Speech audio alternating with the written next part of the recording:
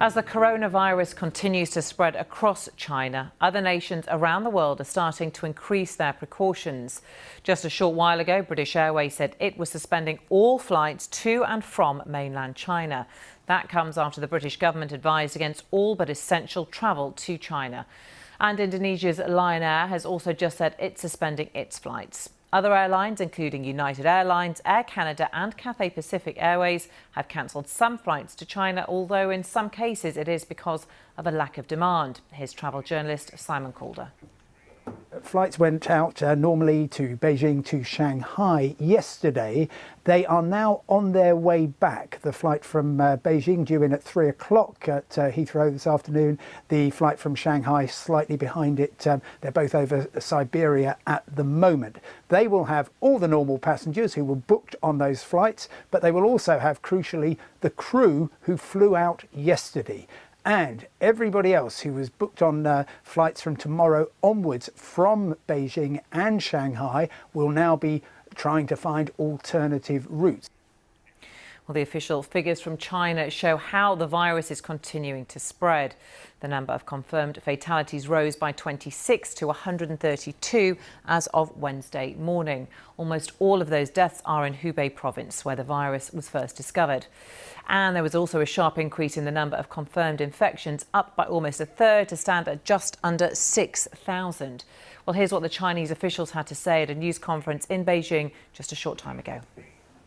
We are now in the critical period of the prevention of this epidemic. We need to control the potential source of virus. Yes, recently we do have people travel from Hubei to Fangzhuang area. And in other communities, we also have the similar travelers from Wuhan. And also we actually have the registration and management of those people who travel from Wuhan or from the Hubei province. And we ask them to stay at home for the 14 days quarantine.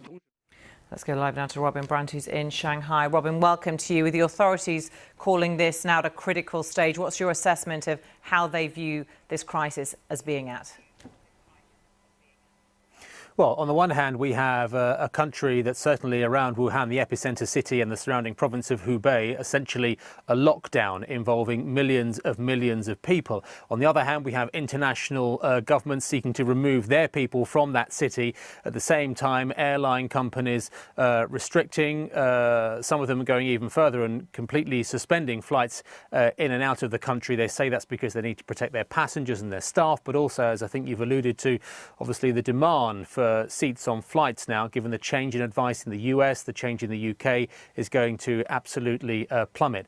President Xi Jinping yesterday, the man who has said he is in charge of directing personally the response to this, described this outbreak of coronavirus as a devil. They are throwing everything they have at it in terms of logistics, something, of course, by the nature of the authoritarian Communist Party-controlled government here, they can do very well. Thousands of military personnel, doctors, a huge amount of money being sent in to try and assist as well. But at the same time, the effort is to try and stop the spread and just contain this virus. And the most effective way of doing that in recent days has essentially been to tell everyone not to return to work, not to return to school. They've postponed the end of China's Lunar New Year festival. That's because the prospect of tens of millions of people crisscrossing the country over the coming days and what that could do for spreading the diseases, frankly, just adds to the nightmare scenario.